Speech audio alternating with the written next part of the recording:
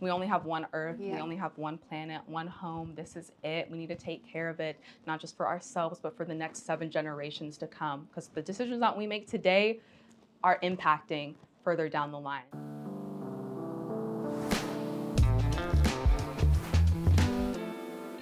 So Victoria Whalen, would you be able to briefly explain how you first got involved in the environmental space in particular? Yes. So I think I've always been an environmentalist. Going through elementary school and things like that, I remember one instance in the 3rd grade, I was on the playground and somebody called me a tree hugger. And I Oh, was like, "You're a tree hugger." And I'm like, what's wrong with that? Why, they're amazing. It's nature. It's beautiful. Look at all its surroundings. We wouldn't have anything without it. But it wasn't until I moved to New York and I took an environmental justice course, and it really put into perspective and gave those frameworks of what I was experiencing, my lived experiences, as well as really giving me the context of what I could use in my arsenal that I already had and like combining it together. And I was like, this is it. This is what I want to do. I need to be the beacon for people. I need to always speak out. I need to be that resource, that database. And so that really started my environmental career.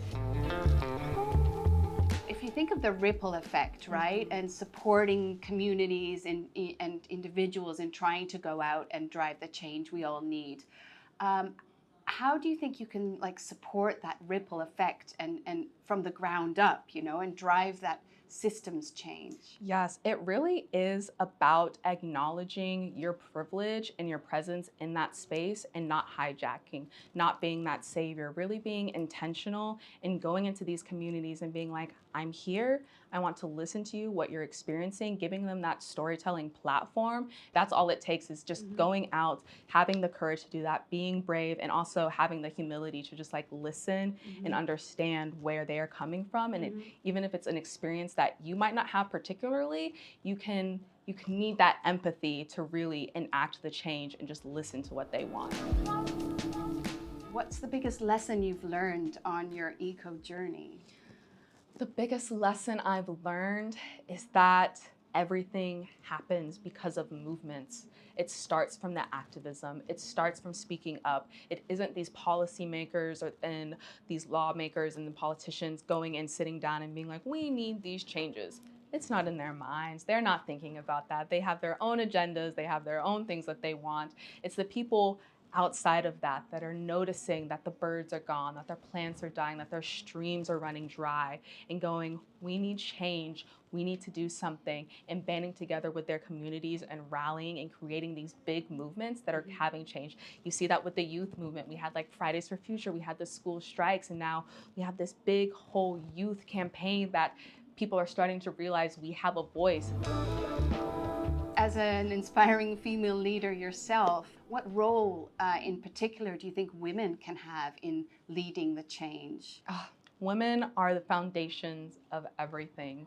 We are the nurturers, we are the caregivers, we are the truth seekers, the storytellers.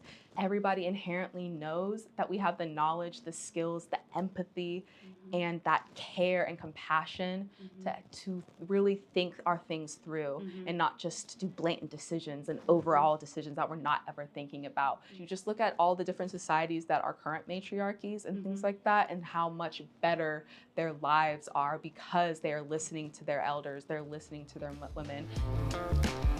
So, what's the most fun you've had taking action for the planet? One of the things I love most is creating content. I find that just so fun. I come from a musical theater and performing arts background.